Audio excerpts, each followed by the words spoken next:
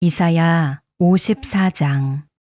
잉태하지 못하며 출산하지 못한 너는 노래할지어다. 산고를 겪지 못한 너는 외쳐 노래할지어다. 이는 홀로 된 여인의 자식이 남편 있는 자의 자식보다 많음이라 여호와께서 말씀하셨느니라.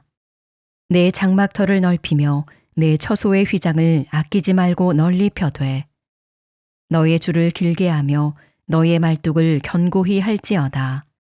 이는 내가 좌우로 퍼지며 내 자손은 열방을 얻으며 황폐한 성읍들을 사람 살 곳이 되게 할 것임이라.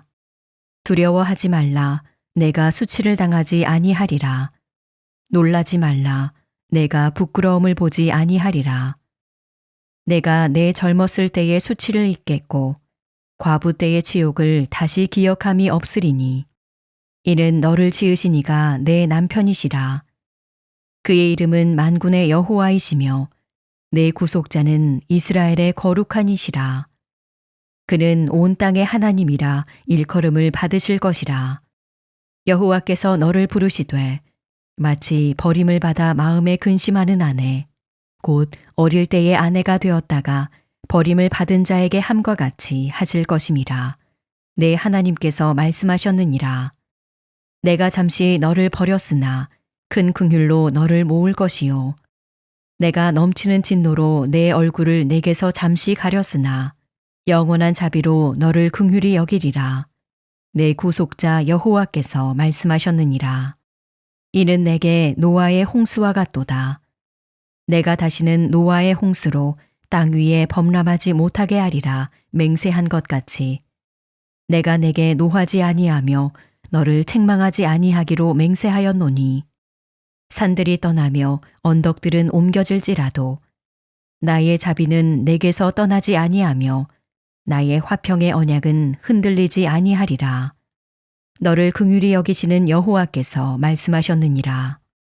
너 곤고하며 광풍에 요동하여 안위를 받지 못한 자여 보라 내가 화려한 채색으로 내 돌 사이에 더하며 청옥으로 내 기초를 쌓으며 홍보석으로 내 성벽을 지으며 석류석으로 내 성문을 만들고 내 지경을 다 보석으로 꾸밀 것이며 내 모든 자녀는 여호와의 교훈을 받을 것이니 내 자녀에게는 큰 평안이 있을 것이며 너는 공의로 설 것이며 학대가 내게서 멀어질 것인즉 내가 두려워하지 아니할 것이며 공포도 내게 가까이 하지 못할 것이라.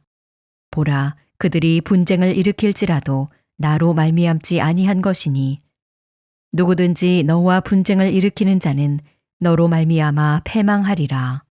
보라 숯불을 불어서 자기가 쓸만한 연장을 제조하는 장인도 내가 창조하였고 파괴하며 진멸하는 자도 내가 창조하였은즉 너를 치려고 제조된 모든 연장이 쓸모가 없을 것이라. 일어나 너를 대적하여 송사하는 모든 혀는 내게 정죄를 당하리니 이는 여호와의 종들의 기업이요 이는 그들이 내게서 얻은 공인이라. 여호와의 말씀이니라. 오늘은 내 남편이시라라는 제목으로 함께 말씀을 나누고자 합니다. 성경을 보면 하나님께서 하나님의 백성을 향하여 다양한 사랑의 표현을 하고 있습니다. 그 표현 가운데 최고의 표현이 오늘 본문에 나오는 나는 내 남편이다. 이제 이 말씀이지요. 5절을 보면 이렇게 말씀합니다. 이를 너를 지으신 이가 내 남편이시라. 그의 이름은 만군의 여호와시며 내 구속자는 이스라엘의 거룩한 이시라. 그는 온 땅의 하나님이라 일컬음을 받으실 것이라. 그렇다면 하나님께서 나는 내 남편이다 라고 이 말하는 부분이 왜 하나님 백성인 우리에게 이렇게 큰 기쁨이 될까? 또 어떤 그 고백이 어떤 의미일까? 이제 이 부분을 생각하게 됩니다. 1절을 보면 이렇게 말씀합니다. 잉태하지 못하며 출산하지 못한 너는 노래할지어다. 상고를 겪지 못한 너는 외쳐 노래할지어다. 이는 홀로 된 여인의 자식이 남편 있는 자의 자식보다 많음이라. 여호와께서 말씀하셨느니라. 하나님께서 남편이 되신다는 것은 잉태하지 못한 여인이 하나님이 남편이 되셔서 자식을 많이 낳을 것이다. 자식을 많이 낳는 정도가 아니라 번성할 것이다. 이렇게 말하고 있습니다. 그래서 그 잉태하지 못한 여인, 너희는 하나님의 백성은 노래하게 될 것이고 기뻐 하나님을 찬양하게 될 것이다. 이렇게 말씀하고 있습니다. 무슨 뜻일까요? 잉태하지 못한 여인이라고 말하는 것은 어떤 의미일까? 당시 이스라엘 백성들의 삶의 상황을 말해주고 있습니다. 바벨론 포로에서 돌아왔을 때 그들의 상황이 이렇다는 것입니다. 느헤미야서를 보면은 성벽을 건축하고 그 예루살렘 성 안을 바라봤을 때에 집 몇 채 없습니다. 사람들은 몇 명밖에 없는 것이지요. 텅 비어 있습니다. 아무것도 없습니다.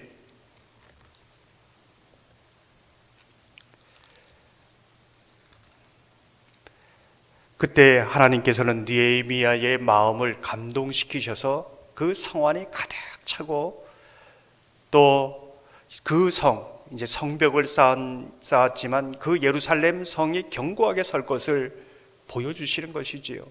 꿈을 꾸게 합니다. 소망을 갖게 하는 것이지요. 그것을 통해서 하나님을 노래하게 되는 것이지요. 지금 이스라엘 백성들의 삶이 우리의 삶과 같지 않은가? 오늘 말씀을 보면서 생각하게 되는 거죠. 전혀 꿈을 꿀 수 없는 상황입니다. 전혀 미래의 소망, 하루하루 살아가는 것이 힘겹습니다. 그런 삶 속에서 하나님이 내 남편이다 라고 말씀하시는 것은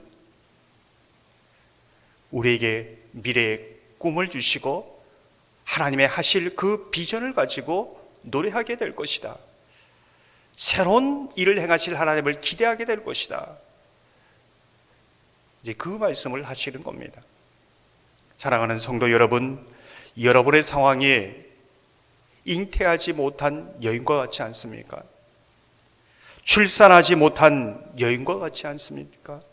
그런 저와 여러분을 향해서 내가 내 남편이 되겠다. 너희의 미래의 꿈도 소망도 내 안에서 찾게 될 것이다.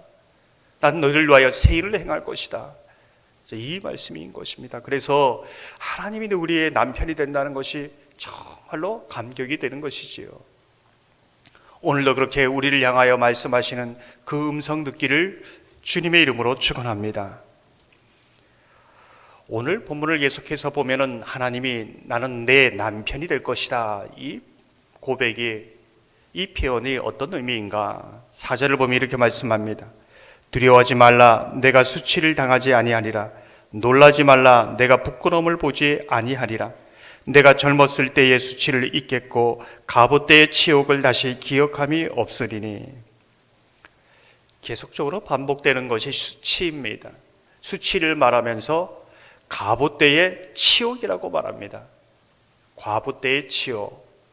과부 때의 치욕이라는 것은 무엇을 말하고 있는가? 이것도 당시 이스라엘 백성들의 삶을 보여주고 있는 것이지요. 그들이 예루살렘 성에서 패망하고 바벨론 포로로 옮겨가는 것, 포로로 가는 것, 마치 남편이 아내를 버린 것처럼 보입니다. 그것을 가부 때, 이제 남편이 버렸으니 가부 때에 그 치욕을 당하면서 바벨론 포로에 간 것으로 비유하고 있는 것이지요.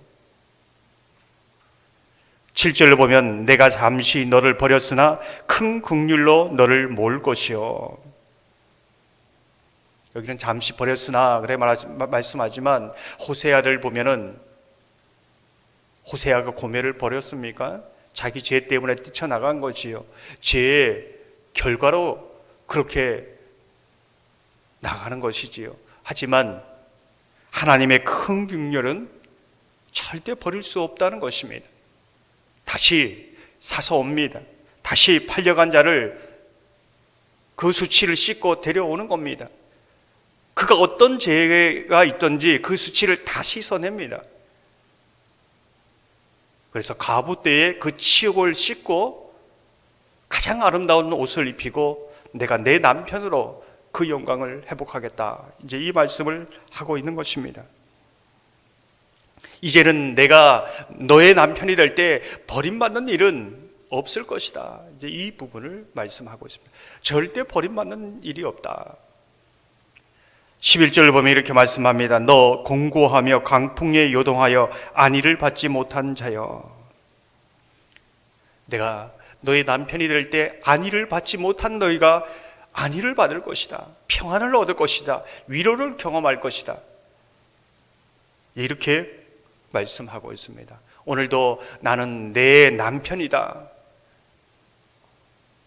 나로 인하여 꿈을 꾸고 소망을 노래하고 과부 때의 치욕을 잊고 진정 내가 주는 위로를 경험할 것이다.